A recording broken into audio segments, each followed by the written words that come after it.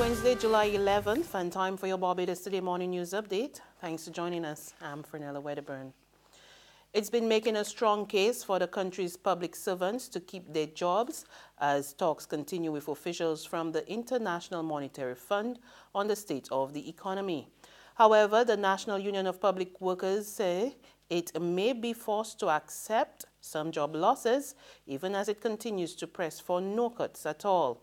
President Akani McDowell tells Barbados Today his team told IMF officials during talks on Monday that while sacrifices are needed to remedy the economic ills facing the country, workers deserve to be protected. Emphasize the point that we were trying to minimize job losses, if not prevent job losses. We indicated to them that we were more concerned with the social aspects of the economy than we were with reducing expenditure. So we wanted those social aspects which we have grown to know to be maintained, and we suggested that the way for us to try to maintain those social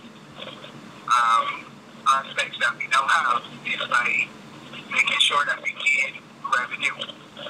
So we wanted the emphasis to be on the revenue side rather than the expenditure side. I don't want to say that we would have been able to impress upon them any of our positions, but I think we were able to articulate the union's position, and they would have listened to the discussions, that they would have listened to the position of the union. So let's hope that they hear what we have to say.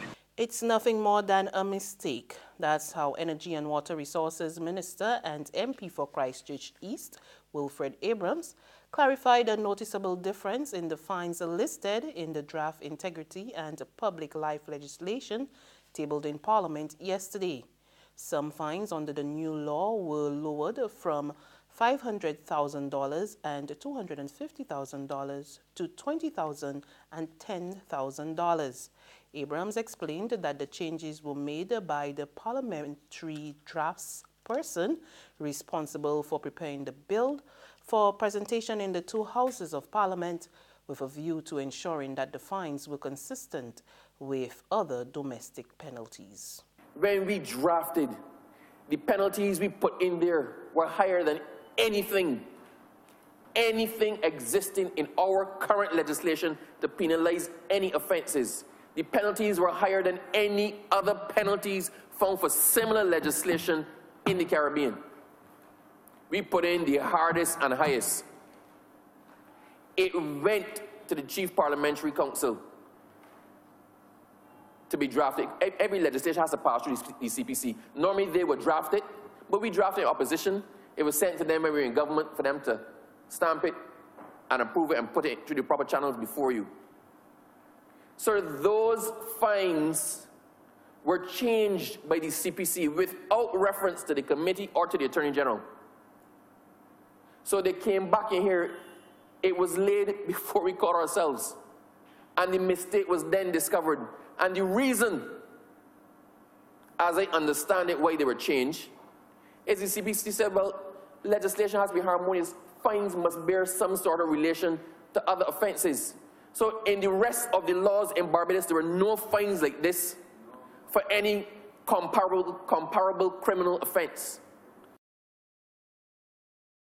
So those fines were adjusted down by the CPC to bring it in line with what existed in the legislation of Barbados. Meanwhile, Member of Parliament for St. Philip North, Dr. Sonia Brown, has warned that corruption involves more than illegal money transactions. In fact, she told Parliament that women were sometimes made to give a higher value than cash and even forced to get on their knees to obtain a home.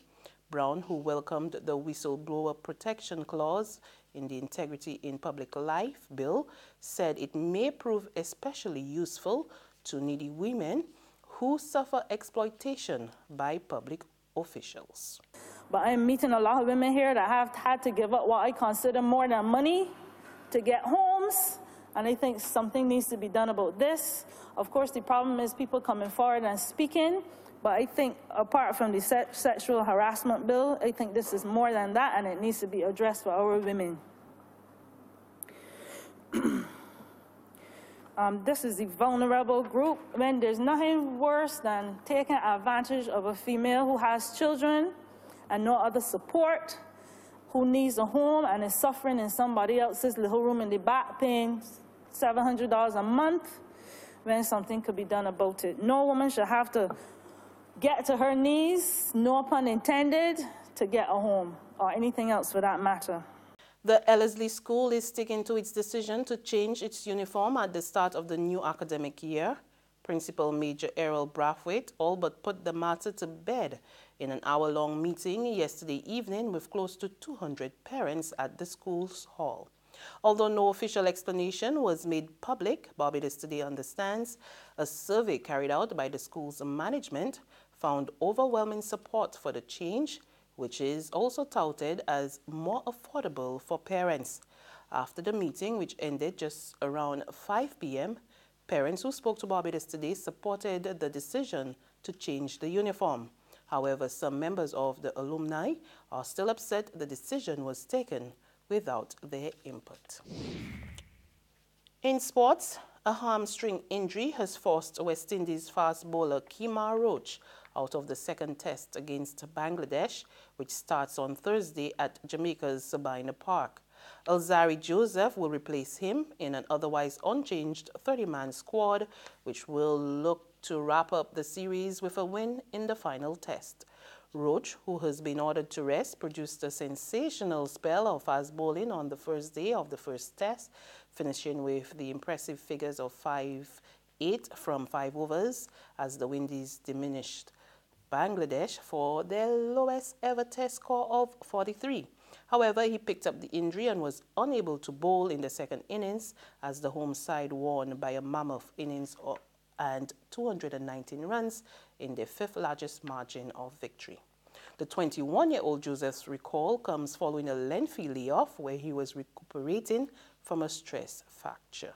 Now the squad reads: Jason Holder captain, Devendra Bishu, Craig Brathwaite, Royston Chase, Miguel Cummins, Shane Darwish, Shannon Gabriel, Shimron Hetmeyer, Ellerslie Joseph, Shea Hope, Kimo Paul, Kieran Powell, and Devon Smith.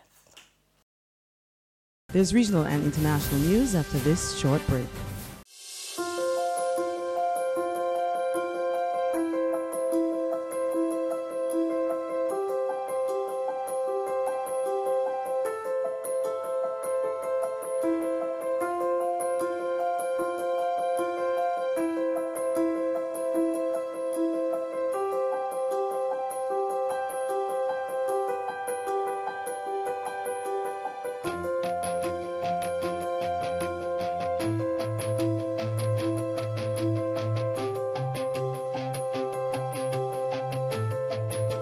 Barbados Today, news you can trust. To developments from the regional scene, Bahamian officials captured 46 Dominican fishermen who were poaching in the country's waters. According to this report from ZNS News, the poachers and their vessel were apprehended off Key Lobos with 60,000 pounds of crawfish. A Defense Force vessel tracing the fleeing Dominican vessel 1:30 a.m. Sunday, racing through the Great Bahama Bank after hauling a huge catch. I'll show you how we defend the Bahamas. Senior Lieutenant William Stirrup led the crew who chased down the 70-foot Ronnie, laden down with 60,000 pounds of lobster and scalefish. It was the second sighting of the vessel, which slipped through the fingers of the HMBS Madeira crew just a few weeks ago. Last time we came upon them, it was in daylight, so they were still working the ground, so a lot of them were still in their smaller boats. And in order to evade us, at that point Cuba is only about 30 miles away. They can make that journey. But this apprehension was done at 1 in the morning. All of the skiffs were back. Everyone was aboard sleeping. We used the element of surprise, and by the time we got on them, there was no getting away for anybody. And finally, a U.S. judge says government must rapidly reunite migrant children under the age of 5 with their parents or face penalties. The children were separated from their families at the U.S.-Mexico border.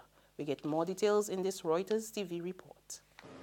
The deadline arrived, but all of the children did not. Tuesday marked the court-imposed deadline for the U.S. government to reunite all 102 immigrant children under age 5 with their parents, part of a legal battle with the American Civil Liberties Union.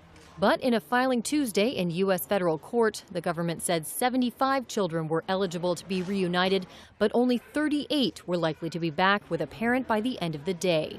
We are extremely disappointed that the government looks like they're not going to reunify all the eligible children today, and that they have not even tracked down the removed parents. Reuters correspondent Reed Levinson says the government is facing challenges. The government yesterday said they weren't going to meet that deadline because some parents have failed their criminal background checks. Other parents have already been deported. Today, the judge suggested that should the government fail to meet that deadline by Thursday, that the ACLU should propose some remedies for what happens next. More than 2,000 children were separated from their parents at the U.S.-Mexico border under U.S. President Donald Trump's zero-tolerance immigration policy. The government has until July 26th to reunite children 5 and older with their families.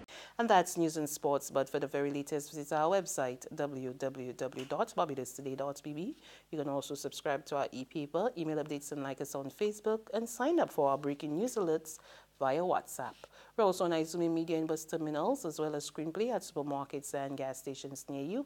And you can also hear us on Mix 96.9 FM. I'm Fernella Wedderburn. Do have a wonderful day.